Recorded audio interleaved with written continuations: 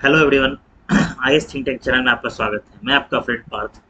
जैसा कि आपको पता है, लक्ष्मीकांत की सीरीज लेके हम लोग चल रहे हैं। उसी का एक और अध्याय लेकर आया हूँ, है ना। दैट इज पार्लियामेंट का। आपको पता है पार्लियामेंट चैप्टर बहुत लार्ज है, तो उसका सेकंड लेक्चर हम लेकर के आए हैं। और अब आपको बताया था कुछ डिस्टर्बेंस हो गई थी due to office timings, but अब रेगुलर रूप में लेक्चर्स आते रहेंगे। ठीक है, आज हिस्ट्री ऑप्शनल की भी लेक्चर आएगी, वैदिक एज की कंक्लूडिंग लेक्चर। ठीक है, तो मैं जो बात करने जा रहा हूँ वो है कि हम लोग पिछले लेक्चर में, जो कि लेक्चर 1 था, उसमें जहाँ तक अगर आपको याद होगा, हमने ये देख लिया था कि अब की डिस्क्वाली ये रेजिग्नेशन एब्सेंस वगैरह। आज हमें देखना था कि अदर केसेस कब कब डिस्क्वालिफिकेशन होता है। ठीक है, अदर केसेस क्या क्या है जब डिस्क्वालिफिकेशन हो सकता है किसी मेंबर का। ठीक है, कहाँ पर सेलेक्ट होना डिस्क्वालीफाई हो सकता है? जब वो सिलेक्ट हो जाता है हाउस ऑफ द पीपल या house of council of states में, लोकसभा या राज्यसभा में। तो किस किस केसेस में मेंबर को जो अदर केसेस थे, थोड़ा बैकग्राउंड में ले जा रहा हूँ, है ना, कि हमने बाकी चीजें डील कर ली थी। तो किन किन केसेस में मेंबर को रिजाइन करना होता है या he has to vacate his seat अगर उसके इलेक्शन को कोर्ट कह देता है, नलीफाई कर देता है। ठीक, या उसे हाउस के द्वारा ही एक्सपेल कर दिया गया है, या वो प्रेसिडेंट ऑफ या वाइस प्रेसिडेंट की पोस्ट पे अगर इलेक्ट हो चुका है तो he has to basically vacate his seat, या वो किसी राज्य के गवर्नर, किसी स्टेट के गवर्नर के रूप में अपॉइंट हो गया है तो he has to vacate his seat. ठीक है, इसके अलावा एक प्रावधान है कि अगर कोई पर्सन, ठीक है, जो कि पार्लियामेंट में इलेक्ट हुआ है, ठीक है, उसको डील करने के लिए कॉन्स्टिट्यूशन में कोई प्रावधान नहीं, याद रखिएगा, वेरी इंपॉर्टेंट। कोई पर्सन जो पार्लियामेंट में इलेक्ट हुआ है या डिस्क्वालीफाइड है किसी ग्राउंड पे पर वो इलेक्ट हो गया है, तो उससे डील करने के लिए कोई कॉन्स्टिट्यूशन के अंदर कोई भी प्रावधान नहीं है। उसको डील करने के लिए किसके अंदर प्रावधान है? उसको डील करने के लिए रिप्रेजेंटेशन ऑफ पीपल एक्ट 1951, है ना, उसके तहत ये प्रावधान है। और ऐसे सवाल कई बार पूछे जा चुके हैं कि this provisions are mentioned in so and so part of the constitution, जबकि सच्चाई है कि वो कॉन्स्टिट्यूशन में पार्ट है ही नहीं। वो एक्चुअली में रिप्रेजेंटेशन ऑफ पीपल एक्ट के तहत वो डील की जाती है। और किसको पावर है, किस कोर्ट का जुरिस्डिक्शन है? तो याद रखिएगा, हाई कोर्ट का जुरिस्डिक्शन है कि कोई भी एमपी के चुनाव, चाहे लोकसभा या राज्यसभा का एमपी हो, के चुनाव को अगर आप चैलेंज करते हैं तो मामला कहा जाता है, वो that moves to the high court. High court का ओरिजिनल जुरिस्डिक्शन है, उसके ऊपर एपेलेट जुरिस्डिक्शन सुप्रीम कोर्ट का है। ठीक है, अब आगे बढ़ते हैं कि भाई कोई भी व्यक्ति जो एमपी एमएलए होता है वो ओथ और एफर्मेशन कैसे लेता है ना, इलेक्टेड एमपीज के लिए। तो देखिए, इलेक्टेड एमपीज के ओथ कौन लेता है? ठीक है, तो सबसे पहले जो पार्लियामेंट में जो एमपीज इलेक्ट होते हैं तो क्या क्या ओथ लेते हैं, वही जो मेंबर्स लेते हैं, तो उसमें एक एडिशन है, to bear true faith and allegiance to the constitution of India. ठीक, to uphold sovereignty and integrity of India. तीसरा, to discharge his duties faithfully. ठीक, ये याद रखिएगा, एक बार आया हुआ है प्रीलिम्स के अंदर। ठीक है, कई सारे ओथ दे दिए थे और उसकी मैचिंग पूछी गई थी, तो आपको याद रखना है। लास्ट में लक्ष्मीकांत में समरी भी है। ठीक है, जब समराइज्ड वे में हम रिवीजन करेंगे अगले साल प्री के लिए, तो वहां भी बताएंगे समराइज्ड वे में। तो क्या क्या है? To bear true faith and allegiance to the constitution of India, to maintain unity and integrity, sovereignty and integrity of India, and to faithfully discharge the duties of one's office. ठीक है, अब एक और यहाँ प्रावधान है कि कोई व्यक्ति जो डिसक्वालीफाइड है, ठीक है, और वो बैठ जाता है हाउस के अंदर, तो 500 रुपये पर डे के हिसाब से उसे फाइन देना पड़ता है। कितना देना पड़ता है? 500 रुपीज पर डे के हिसाब से। मान लीजिए कि he is a disqualified person, पर वो 5 दिन के लिए बैठता है, तो 500 के हिसाब से कितना? 2500 रुपये उसको फाइन भरना होगा। और कैसे कोई व्यक्ति,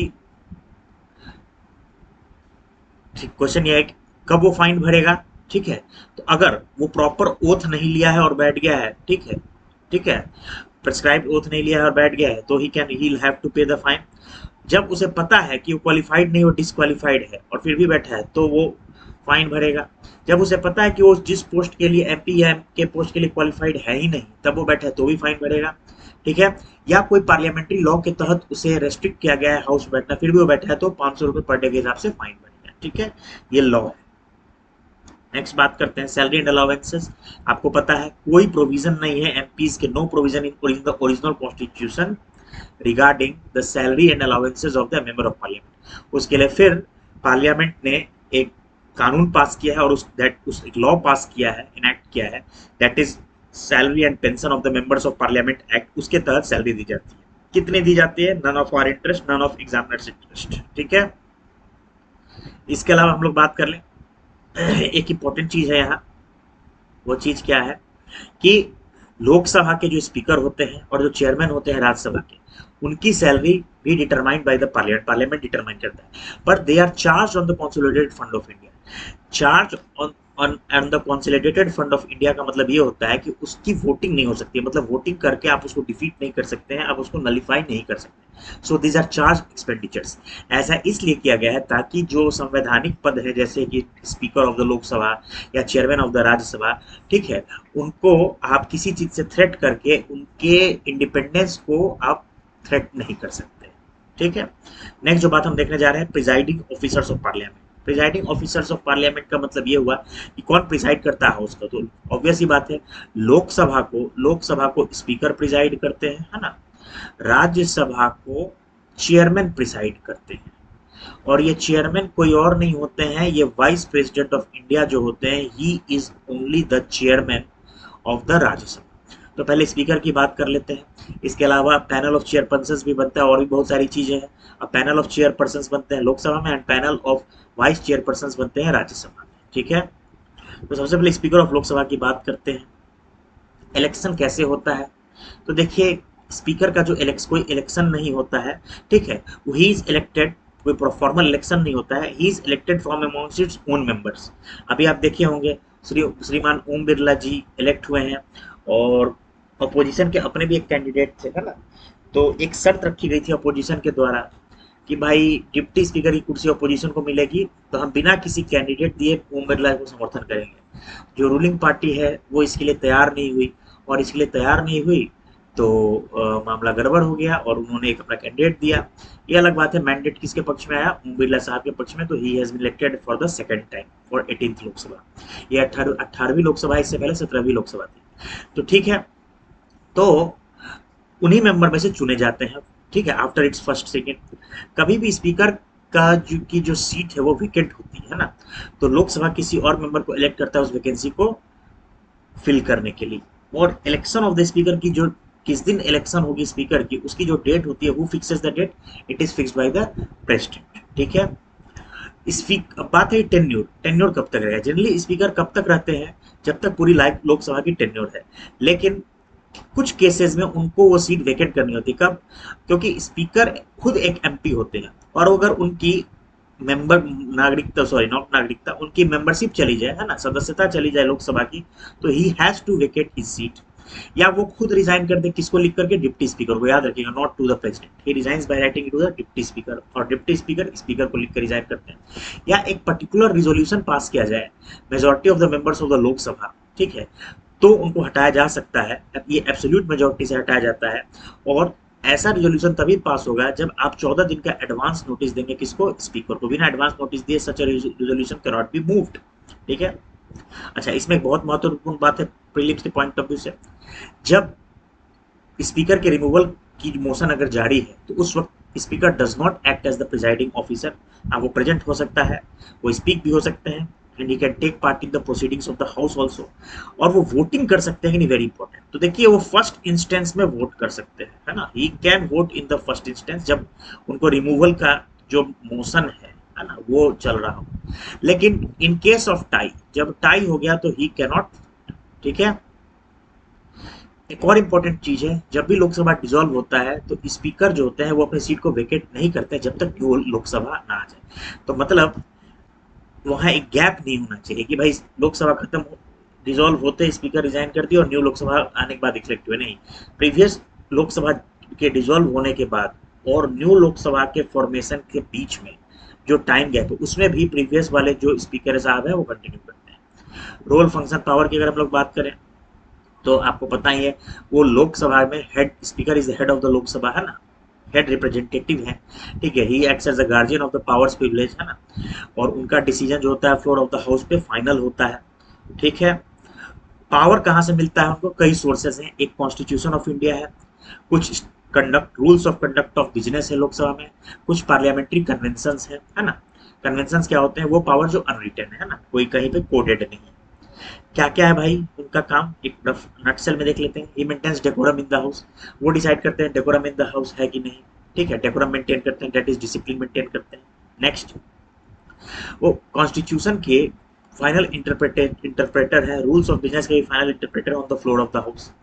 ठीक, वो देखते हैं कि किसी मीटिंग को ट्रांजेक्ट करने के लिए कोरम है कि नहीं, quorum is the minimum attendance, और ये होता है 1/10, 1/10 including the presiding officer, presiding officer को इंक्लूड करते करते हुए ये 1/10 कोरम होता है ना। ये मतलब इतना होगा तभी कोई ट्रांजेक्शन होगा बिजनेस का, ठीक है। वो पहले इंस्टेंस में वोट नहीं कर सकते किसी मुद्दे पे, लेकिन टाई के केस में उनके पास डिसाइडिंग वोट होता है। और याद रखिएगा रिमूवल केस में उल्टा होता है, पहले इंस्टेंस में करेंगे लेकिन टाई के केस में नहीं करेंगे। आम मुद्दों में फर्स्ट इंस्टेंस में नहीं करेंगे लेकिन टाई के बाद करेंगे। वो सीक्रेट मीटिंग को अलाउ कर सकते हैं हाउस के। Joint session of the parliament जो होता है किसी डेडलॉक के मामले में, जहां लोकसभा राज्यसभा साथ बैठते हैं, वहां पर वो प्रिजाइड करते हैं। किसी कोई भी मनी बिल है या नहीं, वो भी डिसाइड स्पीकर करते हैं। 10th शेड्यूल के अंदर डिफेक्शन के तहत जो डिस्क्वालिफिकेशन होता है उसके भी फाइनल डिसीजन टेकर कौन होते हैं, स्पीकर होते हैं, लेकिन वो जुडिशियल रिव्यू हो सकता है उसका, ऐसा सुप्रीम कोर्ट ने कहा है। जो इंडिया पार्लियामेंट, जो इंडिया के तमाम विधानसभा लोग के जो स्पीकर की जो मीटिंग होती है उसको प्रिजाइड यही करते हैं, ठीक है।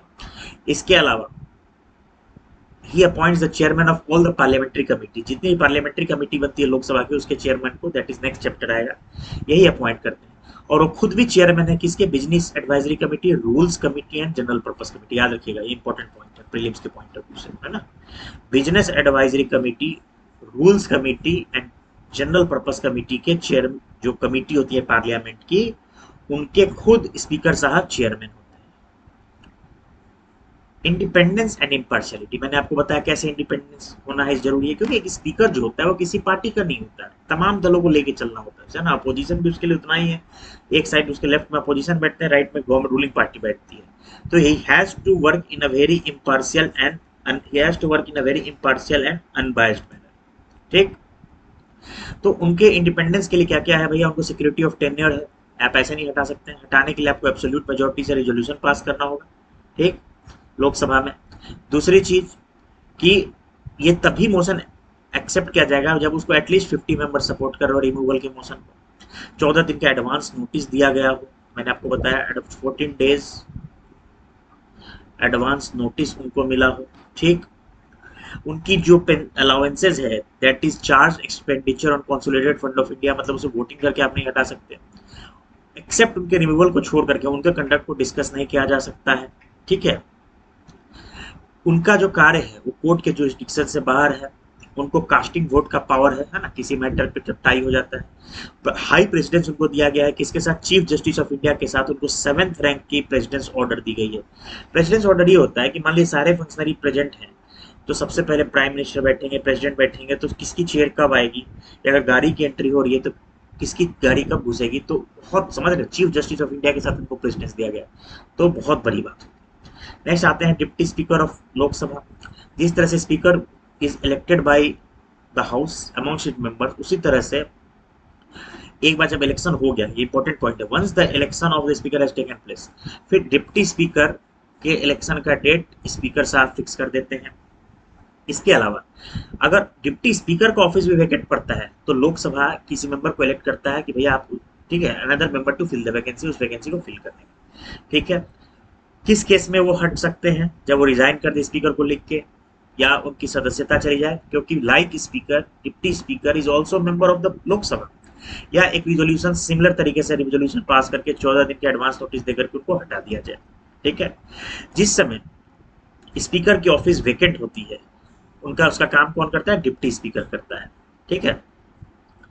और जब वो किसी सीटिंग ऑफ द हाउस से एब्सेंट होते हैं स्पीकर ड्यू टू बीमारी या any other reason, foreign visit जो भी है, तो उस वक्त भी deputy speaker acts as the chairman, acts as the speaker, ठीक है। उस सिचुएशन में डिप्टी स्पीकर, स्पीकर के सारे पावर उनके पास होते हैं, ठीक है। और ज्वाइंट सीटिंग अगर हो रहा है उस दौरान तो ही विल प्रिसाइड, ठीक है। एक और चीज बता दूं वेरी इंपॉर्टेंट, ऐसा लगता है डिप्टी स्पीकर है तो वो सबऑर्डिनेट है स्पीकर का, पर ऐसा नहीं है। He is not responsible to the speaker, बस he is answerable and responsible to the directly to the Lok Sabha, ठीक है। और ये सब कुछ खास बात नहीं है, एक यही चीज बताया गया है कि अगर डिप्टी स्पीकर किसी भी पार्लियामेंट्री कमेटी के मेंबर है तो he will be the chairman, है ना। हाँ, बशर्ते स्पीकर उसमें ना, ठीक है। उसी तरीके से जब वो हाउस में प्रिसाइड कर रहे हैं आम मुद्दों में, तो फर्स्ट इंस्टेंस में उनके पास कोई वोटिंग पावर नहीं है, लेकिन in case of a tie उनके पास वोटिंग पावर है, ठीक है। लेकिन जब वो उनको रिमूवल का कोई मोशन चल रहा हो हाउस में, ठीक है, तो he can not B preside over them, ठीक है। नेक्स्ट, अब चूंकि वो मेंबर ऑफ द हाउस है तो सारी उनको प्रिविलेज है, सारी चीजें हैं, सैलरी अलाउंस वगैरह उसी तरीके से, चार्ज एक्सपेंडिचर होता है जनरली 10th लोकसभा से पहले, है ना। जनरली 10th लोकसभा से पहले स्पीकर और deputy speaker same ruling party से हुआ करते थे, लेकिन 10th के बाद एक कन्वेंशन आ गया कि speaker generally goes to the speaker की चेयर जनरली रूलिंग पार्टी को जाती है और डिप्टी स्पीकर की चेयर जो है उस दूसरे को जाती है, दैट इज अपोजिशन को जाती है। अगर आपको याद होगा तो कब की बात है मुझे ध्यान नहीं है, तो डिप्टी स्पीकर गए था एम थम्बी दुराई को। अब किस लोकसभा की बात है मुझे ध्यान नहीं, जहां तक मुझे याद है सुमित्रा महाजन जब थी speaker, I think 16th Lok Sabha में, तो डिप्टी स्पीकर जहां तक मुझे याद है एम थम्बी दुराई थे। एम थम्बी दुराई जो थे वो उसके जयललिता जी के पार्टी के मेंबर थे, दैट इज उसके एआईएडीएम के, ऑल इंडिया द्रविड़ मुनेत्र कजगम, है ना। अच्छा, वेरी इंपॉर्टेंट, कई बार लोग को लगता है कि भाई speaker deputy speaker such an important functionary, तो उनके लिए कुछ ओथ होनी चाहिए, पर उनका कोई ओथ नहीं है, इसलिए कौन उनको ओथ दिलाएगा। एक बार सवाल पूछते हैं टेस्ट सीरीज में, लोगों को लगता है कि प्रेसिडेंट या चीफ जस्टिस दिलाएगा, पर ऐसा नहीं है, कोई नहीं दिलाता है उनको ओथ, क्योंकि उनका ओथ होता ही नहीं है। नेक्स्ट हम लोग बात कर लें, वेरी इंपॉर्टेंट, ये स्पीकर डिप्टी स्पीकर का पोस्ट कब जनरेट हुआ, 1921 में जनरेट हुआ। किस लॉ के तहत, गवर्नमेंट ऑफ इंडिया एक्ट 1999 के तहत, that is Chelmsford Montag reforms के तहत।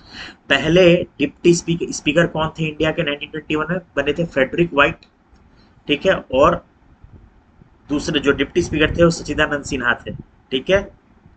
1925 में first Indian to become the speaker was Vitthal bhai Patel, है ना। 1925 में सेंट्रल लेजिस्लेटिव असेंबली के इलेक्टेड स्पीकर थे। याद रखिएगा, पहले ये जो नाम होता था स्पीकर डिप्टी स्पीकर का, हुआ करता था president and deputy president. Government of India act 1935 ने उसको बदल के किया Lok Sabha speaker and deputy speaker. तो रिमेंबर दिस पॉइंट, यही तो फैक्ट्स निकालता है यूपीएससी, ठीक है। आजाद भारत के, जहां तक मुझे याद है, जीवी मावलंकर, है ना, एंड अयंगर जो थे, GP Mavalankar was the first speaker and A Ayyangar was the first deputy speaker of the respectively of the Lok Sabha. जब नोमेनक्लेचर बदल गया, तो नोमेनक्लेचर बदलने के बाद first speaker and deputy speaker कौन थे, first speaker was GV Mavalankar and first deputy speaker was A Ayyangar. और जीवी मावलंकर जो थे वो बहुत लंबे समय तक स्पीकर का पोस्ट होल्ड किए, he was the first speaker. Panel of chairpersons of Lok Sabha, देखिए जिस वक्त लोकसभा स्पीकर डिप्टी स्पीकर को इलेक्ट कर लिया, तो अपने मेंबर से एक पैनल ऑफ चेयरपर्सन जिसमें कम से कम 10 लोग होते हैं, मतलब नॉट मोर देन 10%, याद रखिएगा, नॉट मोर देन 10 चेयरपर्सन के 10% के मेंबर को एक पैनल ऑफ चेयरपर्सन बनाया जाता है। स्पीकर भी नहीं है, डिप्टी स्पीकर भी नहीं है, तो any one can preside over the meeting of Lok Sabha. हाँ, महज इत्तेफाक ऐसा हो कि 10 मेंबर जो है पैनल ऑफ चेयरपर्सन में से वो भी नहीं है, हाउस डिटरमाइन करेगा कि who will preside over the, या who will sit over the chair, chair मतलब लोकसभा के स्पीकर। इसके अलावा ये है कि अंतर समझिए, दो बात होती है कि भाई speaker and deputy speaker absent है, क्या है, एब्सेंट है, प्रेजेंट नहीं है। इस सिचुएशन में, in such a situation, panel of chairpersons जो होते हैं दे कैन प्रिजाइड, ठीक, याद रखिएगा। एक होता है कि वेकेंट है पोस्ट, मतलब वो है ही नहीं, जैसे अभी तक डिप्टी स्पीकर की पोस्ट वेकेंट थी। इस सिचुएशन में पैनल ऑफ चेयरपर्सन्स जो होते हैं वो नहीं प्रिसाइड कर सकते हैं जब वो वेकेंट हो, ठीक है। उस वक्त स्पीकर डिसाइड करते हैं, ठीक है, कि उस वक्त प्रेसिडेंट अपॉइंट कर सकते हैं उस पर्सन को who will act as the speaker for the time, ठीक है। और जल्द से जल्द चुनाव कराया जाता है फिर स्पीकर डिप्टी स्पीकर इलेक्ट करने के लिए। तो समझिएगा, अगर स्पीकर डिप्टी स्पीकर एब्सेंट है, then very easily panel of chairperson में से कोई पर्सन आएगा और वो प्रिसाइड कर जाएगा। लेकिन अगर वो प्रेजेंट नहीं है, फैक्ट वेकेंट है सीट, इलेक्टेड ही नहीं है, तो जल्द से जल्द चुनाव कराया जाए और उससे बीच में प्रेसिडेंट बताएंगे कि who will act as the speaker, ठीक है। तो अंतर है, यहीं पे फंसाता है प्रदीप। स्पीकर प्रोटेम, अब देखिए होता क्या है, जब नया लोकसभा का गठन हुआ है ना, तो नई लोकसभा का गठन हुआ तो कौन नए मेंबर्स को वोट दिलाएगा, स्पीकर वगैरह को चुनेगा। तो उस तो एक कन्वेंशन है कि जो सीनियर मोस्ट मेंबर होते हैं ना, सीनियर मोस्ट मेंबर होते हैं उनको प्रेसिडेंट क्या बना देते हैं, स्पीकर प्रोटेम, है ना, सीनियर मोस्ट मेंबर को बनाया जाता है। उनका सिर्फ काम क्या है, वो न्यू मेंबर्स को ओथ को एडमिनिस्टर करते हैं और वो हेल्प करते हैं हाउस को न्यू स्पीकर को इलेक्ट करने के लिए। एक बार न्यू स्पीकर इलेक्ट हो गए तो वो वापस हट जाते हैं। जैसे इस बार क्या होता है, अभी रिसेंट बात है, 18वीं लोकसभा के स्पीकर तो ओम बिरला साहब चुने गए, लेकिन उससे पहले प्रोटेम स्पीकर कौन था, मैं नाम भूल रहा, कोई अ, महताब भर्तुहारी, है ना, कुछ उनका इस तरह से नाम था। वो प्रोटेम स्पीकर बनाए गए थे राष्ट्रपति द्वारा, and he administered oath for all the newly elected MPs. Apart from that he also enabled in the election of the new speaker, that is Sri Om Birla। अब आते हैं राज्यसभा के अंदर प्रिजाइडिंग ऑफिसर, है ना, राज्यसभा के अंदर प्रिजाइडिंग ऑफिसर की बात करते हैं तो उनको कहा जाता है chairman of Rajya Sabha, and he is none other than vice president of India. ठीक है, फिर वही चीज है, लेकिन यहाँ थोड़ा अंतर है। जिस तरह से स्पीकर लोकसभा के मेंबर होते हैं, ही is not a member of Rajya Sabha, not a member of Rajya Sabha, वो राज्यसभा के मेंबर नहीं होते। ठीक है तो अब जैसे वाइस प्रेसिडेंट, जब वो एक एक्स ऑफिशियो, वही बात मैं कहता हूँ, जो vice president of India he acts as the ex officio chairman of the Rajya Sabha. ठीक है, जिस वक्त ये बात लिखी हुई आपको पहले ही बताया हूँ, जिस वक्त वाइस प्रेसिडेंट प्रेसिडेंट का काम करते हैं उस वक्त he does not perform the duties of the vice chairman of Rajya Sabha, he does not perform the office of the chairman of Rajya Sabha. ठीक है, दूसरी चीज, चेयरमैन ऑफ राज्यसभा कैसे रिमूव कर सकते हैं, ठीक है, वो तभी हटाए जा सकते हैं जब वो ऑफिस ऑफ वाइस प्रेसिडेंट से हटाए जाए। ठीक है, इनका पावर लगभग लगभग स्पीकर के जैसा ही, लेकिन दो एक्सेप्शनल पावर है स्पीकर के पास जो चेयरमैन ऑफ राज्यसभा के पास नहीं है। पहली बात, एक बिल मनी बिल है या ऑर्डिनरी बिल है, ये लोकसभा के स्पीकर डिसाइड कर सकते हैं, इसमें राज्यसभा के चेयरपर्सन का कोई रोल नहीं है। ठीक, दूसरी बात कि कभी भी ज्वाइंट किसी डेडलॉक के केस में joint sitting of the parliament हो रहा है, ठीक है, तो उस पर स्पीकर ही प्रिसाइड करेंगे, deputy speaker chairman of Rajya Sabha उस पर प्रिसाइड नहीं कर सकते हैं। ठीक है, सिमिलरली स्पीकर के जैसा ही किसी मुद्दे पे, ठीक है, फर्स्ट इंस्टेंस में वो वोट नहीं कर सकते हैं। ठीक है, लेकिन इक्वालिटी ऑफ वोट्स हो, यानी जब टाई हो जाता है तो ही कैन वोट। ये वेरी इंपॉर्टेंट पॉइंट है, मैं क्यों बता रहा हूँ, लोग क्यों कंफ्यूज करते हैं, क्योंकि स्पीकर तो लोकसभा के मेंबर थे ही तो वो वोट कर सकते थे, लेकिन चेयरमैन जो हुए वो लोकसभा के राज्यसभा के मेंबर नहीं होते, वो तो राष्ट्रपति उपराष्ट्रपति होते हैं, फिर भी उनको वोटिंग का पावर है इन केस ऑफ टाई। ठीक है, दूसरी चीज, जब उनके रिमूवल की मोशन पे बहस हो रही है वो वोट नहीं कर सकते हैं, है ना, वो प्रेजेंट हो सकते हैं, he can take part in the proceedings without any voting, है ना। यहाँ पर एक बहुत मेजर डिफरेंस है स्पीकर के केस में। क्या डिफरेंस है, जब स्पीकर के रिमूवल का मोशन डिस्कशन पे होता है तो he can vote in the first instance but not in the case of tie, not in the second instance, लेकिन जो चेयरमैन होते हैं वो वोट ही नहीं कर सकते, he can only speak and take part in the proceedings. ठीक है, अच्छा, ये तो आपको मैंने बता दिया कि जब वो प्रेसिडेंट की तरह फंक्शन करते हैं वाइस प्रेसिडेंट, तो डिस्चार्ज नहीं करते हैं इस ड्यूटी को। ठीक है, तब डिप्टी स्पीकर प्रिसाइड करते हैं, deputy chairman. Now deputy chairman of Rajya Sabha, मैंने आपको बताया मेंबर में से चुने जाते हैं, चेयरमैन मेंबर नहीं होते राज्यसभा पर, he is member of the Rajya Sabha. वो कब, when he ceases to exist, वही जैसे डिप्टी स्पीकर का था कि वो भाई खुद ही लिख करके दे दे, ठीक है, चेयरमैन को कि हम रिजाइन कर दें, या वो राज्यसभा की उनकी सदस्यता खत्म हो जाए, या एक रेजोल्यूशन दिया जाए 14 दिन एडवांस नोटिस पे, ठीक है, और उनको राज्यसभा में रेजोल्यूशन दिया जाए और उनको रिमूव किया जाए। ठीक, नेक्स्ट बात कर रहे हैं हम लोग, जब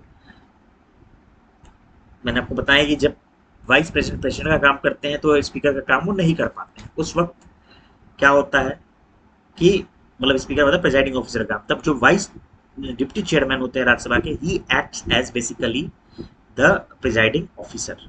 ठीक है, फिर वही बात जैसे मैंने वहां बताया कि deputy chairman is not subordinate to the chairman, he is basically responsible directly to the Rajya Sabha. ठीक, उसी तरीके से लाइक चेयरमैन जब वो प्रिजाइड कर रहे हैं तो फर्स्ट इंस्टेंस में वोट नहीं करेंगे, लेकिन एक in the case of tie उनके पास है पावर ये करने के लिए, वोटिंग करने के लिए, ठीक है। इसके अलावा जब डिप्टी चेयरमैन के रिमूवल का, जैसे मैंने आपको बताया 14 दिन नोटिस देकर के रिमूवल का मोशन पे डिस्कशन होगा, तो he can presiding of he can not preside of a city, वो प्रिजाइड नहीं कर सकते हैं, है ना, लेकिन प्रेजेंट रह सकते हैं, ठीक है।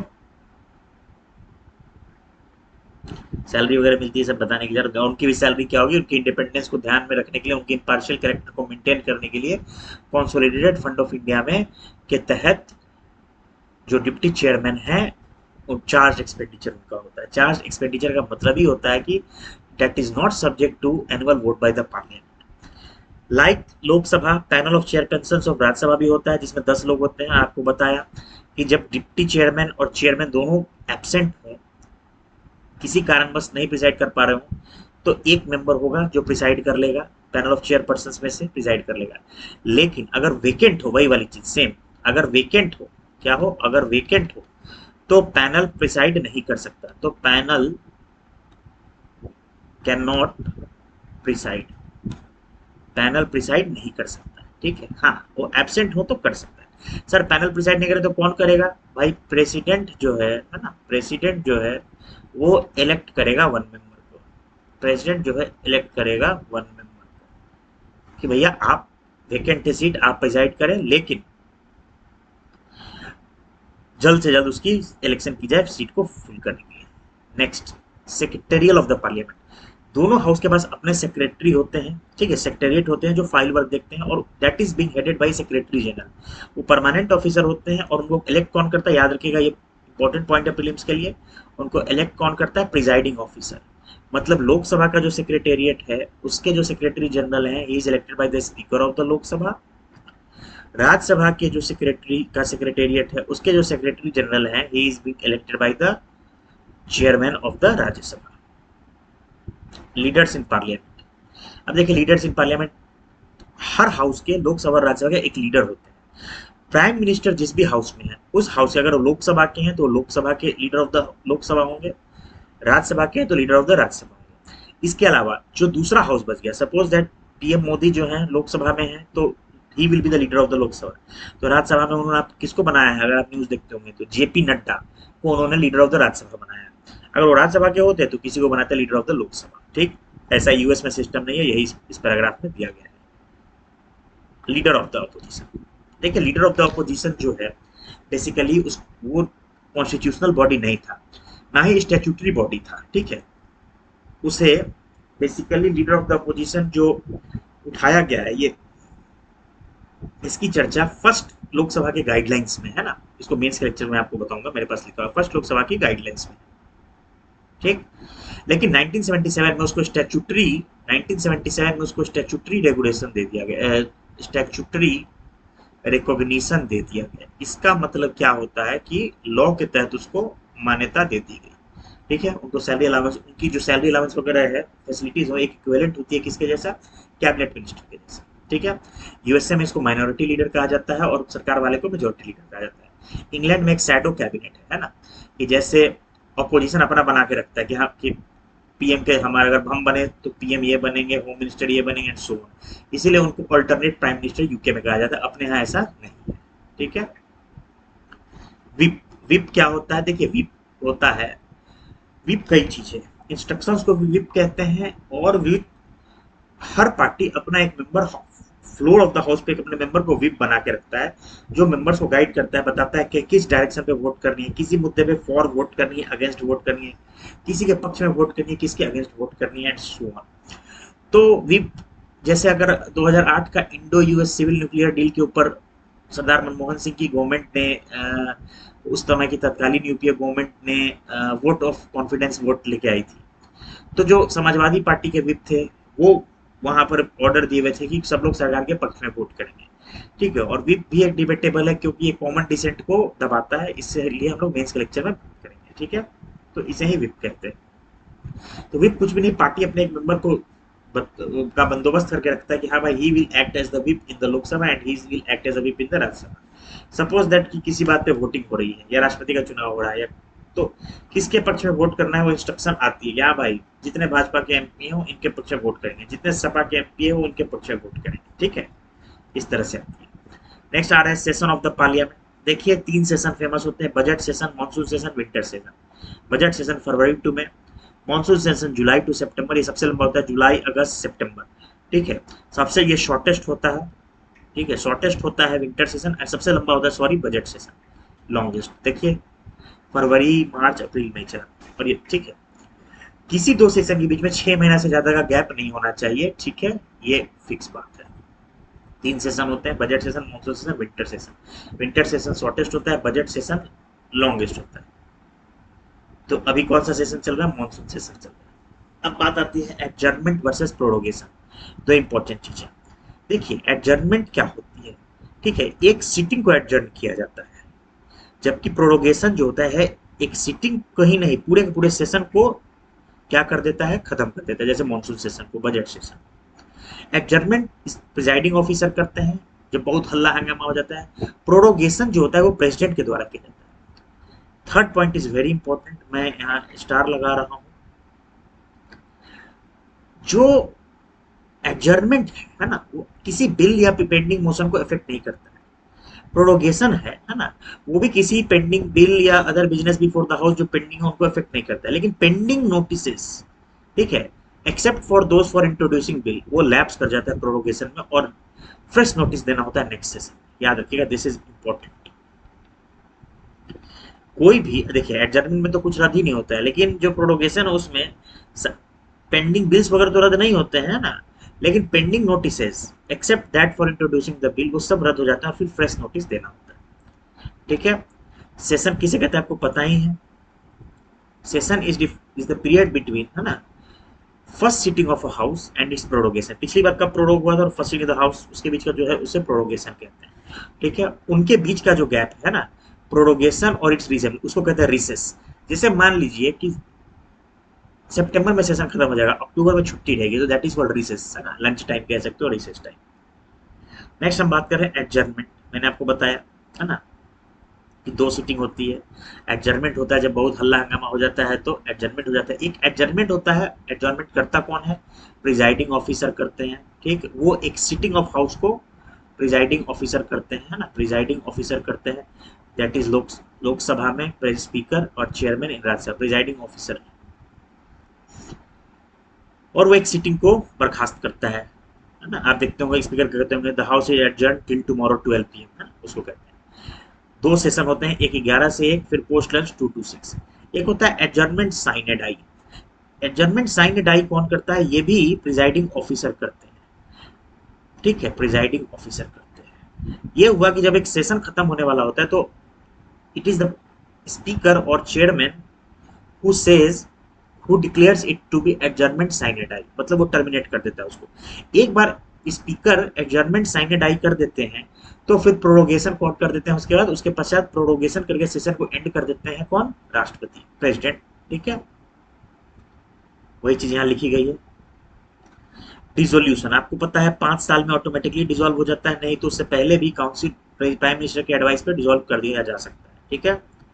ये इंपॉर्टेंट चीज है, इस पे सवाल बनते आए हैं और आगे भी बनते रहेंगे कि जब लोकसभा डिसॉल्व कर जाता है तो पोजीशन ऑफ बिल्स क्या होता है ना, very important. Position of bills with respect to dissolution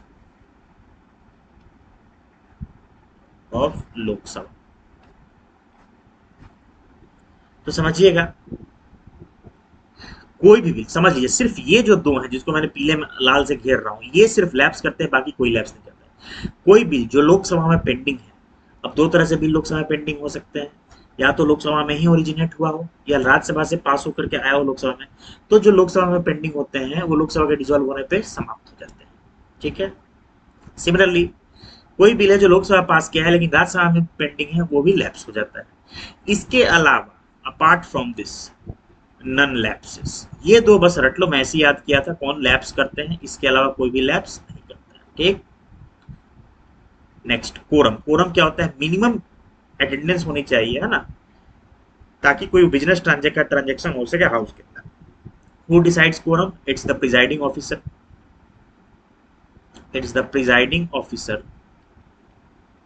who decides quorum, ठीक। एंड कितनी होती है कोरम? 1/10 ऑफ टोटल मेंबरशिप होती है ना, 1/10 ऑफ, इंक्लूडिंग, अब बार बार इसमें कंफ्यूजन होता है, this is including the presiding officer. ठीक, वोटिंग इन द हाउस आपको पता है ना, कि कई बार पैनल से वोटिंग होती है, कई बार ओरल वोटिंग होती है, लेकिन कोई भी प्रोसीडिंग ऑफ द हाउस इसलिए इनवैलिड नहीं होगा कि किसी ने क्रॉस वोटिंग करी, अनऑथराइज्ड वोटिंग करी, या जो मेंबरशिप होनी थी, ठीक है, वो लोग पूरे लोग वोट नहीं किए, इसलिए नहीं होगा। लैंग्वेज इन पार्लियामेंट देखिए, कॉन्स्टिट्यूशन ने डिक्लेयर किया है हिंदी और इंग्लिश को ट्रांजेक्शन के लैंग्वेज होने के लिए, कहाँ पे? दोनों हाउस में। लेकिन जो प्रिजाइडिंग ऑफिसर हैं वो अलाउ कर सकते हैं किसी को मदर टंग में संस्कृत, उर्दू, तेलुगु, तमिल, मलयालम में बोलने के लिए। हाँ, लेकिन वहां पे उनका दिखेंगे मशीन लगाए होते हैं, जो कन्वर्टर होता है वो कन्वर्ट करता है। ठीक है, अब नेक्स्ट लेक्चर में हम लोग यहीं से, बहुत ज़्यादा लंबा लेक्चर नहीं करना, अब रेगुलर आएगा, यहीं से शुरू करेंगे। ठीक है, तो सेकंड लेक्चर खत्म हुआ, चैनल को लाइक करें, शेयर करें, सब्सक्राइब करें, है ना, धीरे धीरे चैनल को फेमस करें। और अब हिस्ट्री ऑप्शन के लेक्चर्स आ जाएंगे। इसी के साथ आज मैं विदा लेता हूँ, मिलते हैं नेक्स्ट पार्लियामेंट 3 के साथ। पार्लियामेंट में 5-6 लेक्चर लगेंगे। बाय बाय, गुड नाइट, सब बाखैर, शुभ रात्रि।